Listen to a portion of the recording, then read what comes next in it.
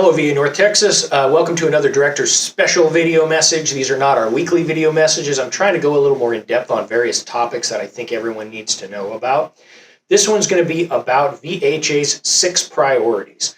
We did a strategic planning update video talking about North Texas priorities, things that we're really focused on based on our market and our needs. But I really want to make sure everybody knows what our Veterans Health Administration's 6 priorities. And I know you do. Everybody knows what these are, and these certainly do resonate with people. But we're really trying to make sure when you hear certain terms like the 6 priorities, or you'll hear P2A actions, or you'll hear us talk about that, like what are we talking about, right? So Undersecretary Sharif El Nahal established for VHA 6 priorities, and I'll go through what those are. And then our administration has a bunch of priority to action goals, they call them, right? So you've got your 6 priorities. How do you translate that into action? That's what the P2A work streams are. So we're supporting these in a number of ways. This does crosswalk with our initiatives and our 3 pillars, of course, but here's what they are. The first priority is hire faster and more competitively. I know this is near and dear to everyone's heart. We've talked about the overall timeliness, getting people on board, and how it's just basically taking us too long to onboard people. We've done some really successful hiring events. We've got a lot of things I could talk about that are going on, but that's the first one. You heard faster. You also heard more competitively, meaning if there's a big gap with the private sector, we've got to close that.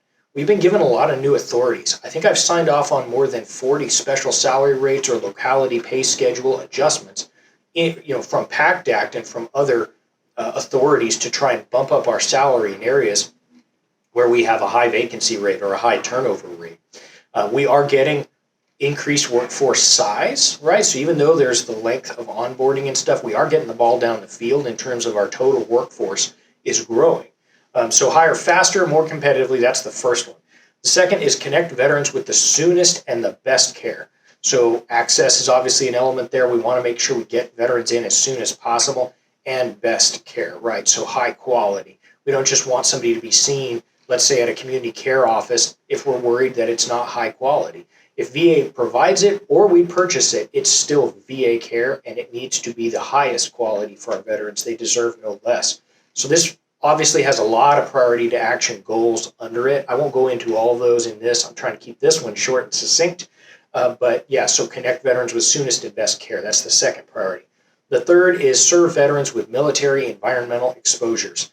If you worked at VA North Texas last fiscal year, you know about the PACT Act. We had a lot of different outreach events. We had Vet Fest. We had a lot of stand downs, and we enrolled thousands of veterans in VA care, but also we saw an unprecedented level of veterans filing claims. I know they used our veteran service organizations. They used Veterans Benefits Administration. We worked together as one VA to get folks who had environmental exposures to file claims that they earned through their service. A lot of that was expanded through PACT Act.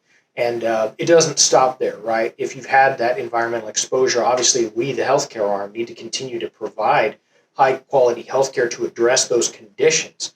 So more to come, of course, on that over this next year. So the environmental exposures. The fourth priority is accelerate VA's journey to high reliability enterprise. So we've talked about high reliability organizations. This has been a pillar of the Joint Commission for years. You look at certain high risk industries, aviation, right? Nuclear energy, some of these others. I share when I was an accountant in fiscal before I came into current roles. And at one point when I was doing my accounting education, they said the Federal Reserve Bank in Chicago processed, it was an unreal number of wire transfers every day, millions of wire transfers. And pre-computers, that was a person keying in the numbers of the wires.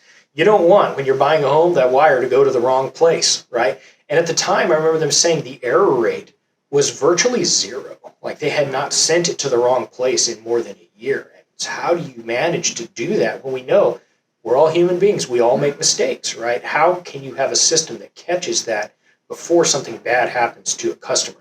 That's where we want to go with healthcare. 95% is really good, but think about that. If we were to say 95% is good, 5% of 230,000 enrolled veterans in our catchment, that's a lot of people. It's unacceptable for something bad to happen to you because you happen to be in the 5% or the 1%. we're getting to a point where healthcare has got to do no harm. And that's where high reliability organization, that's the goal. We have a lot of things that we're doing to get there, rolling out a just culture. There's a lot of increased patient safety reporting going on, which is a good thing. Shows that people are feeling free to speak up. Our psychological safety indicators in our all-employee survey show people by and large do feel like they can speak up without any fear of reprisal, but that may not be everywhere. People still might be concerned. So we want to continue to support, bolster, and roll out that culture. If it's your worst hour of your worst day of your career and you make the worst mistake, is somebody going to catch that before a veteran is impacted? Ask that question. And if the answer is no, then our system maybe needs to be redesigned so that there's more safety nets. It requires transparency and vulnerability of all of us. Somebody's going to double check your work, right? You can feel like someone's looking over your shoulder. Don't take it that way.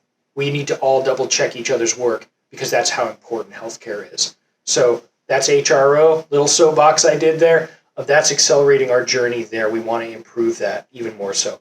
Next is our fifth priority is support whole health caregivers and survivors. You all know the caregiver support program has had the most pronounced expansion in years. It seems like we say that every year and it keeps happening, right? So there's this long time acknowledgement that whether a veteran's going to be able to take good care of themselves in certain situations, we all know this. It depends on your support system. If you have a good family support system, good social support system, caregivers are critical. How many times have you left the doctor's office and they tell you, now you're going to want to do this, you're going to want to do this, and in the moment you're sitting there going, okay, yeah, got it.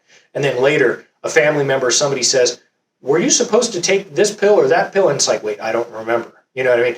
It's hard to keep track of all that, and we want to support caregivers through the Caregiver Support Program and other programs to acknowledge veterans don't live in a vacuum. Our patients rely on their own support system, and if improving their health means improving that support system, that's the direction the agency's going. There's a lot of work being done on this in terms of social determinants of health, and I think we can expect more on that. This really syncs up nicely with whole health as a concept, recognizing people are not isolated. You know, they live in their social circles, and there's other dimensions to your well-being than just the physical. There's your emotional, spiritual, psychological well-being. You want to take care of the whole person. So that's a plug for whole health and patient-centered care. That's the fifth priority. Last is, of course, preventing veteran suicide. Everyone has heard the statistics. It used to be 22 veterans a day who died by self-harm. That is crazy, unacceptable high. That number is down to about 17 if you look at the latest Office of Mental Health Oversight report. But let's be clear, one is too many. The next one is too many. It's all of our shared mission to make sure that we do everything possible to eliminate veteran suicide. If there's two documents every employee I want them to be familiar with, one is our annual patient safety report. The other is the Office of Mental Health Oversight's annual report on suicide prevention. Ask yourself, if you have a veteran who walks past you in the hallway and says something concerning about their well-being or an intent to harm themselves, or if you pick up the phone and somebody on the line says that they're about to harm themselves, will you know how to handle that conversation? Do you know what to do? I can tell you right now, you think you do until it happens. And there will be this moment of scrambling, like, who do I call? What do I do? Right? Make sure you know the answer. Make sure you're able to have that conversation. Talk to the veteran. Bring support over to you. Don't ever forget the Veterans Crisis Line is there. You can dial 988 now instead of the old 800 number. And anyone can call that. Anyone can call that on behalf of a veteran. If you're concerned about somebody, I would always rather err on the side of make sure somebody's okay. And, the last thing there is, of course, isolation is bad for everybody. If there's a veteran you haven't heard from in a while, if there's, somebody who you haven't talked to for several months or something like that, make it your mission to connect with them. Make sure they're doing okay. Pandemic really screwed that up for a lot of people in terms of social isolation. So every effort we can do to make sure we stay on top of suicide prevention, let's make sure we do that. That is all of our business, as they say. So that's going to be it. Those are our 6 priorities. And when you hear of our P2A goals, it's translating those into actions. We got a lot of efforts there. I won't do them all here, but just wanted to make sure everyone's got, those are our 6 big priorities as a Veterans Health Administration. Thanks everyone so much for your time. Thank you for what you do each and every day.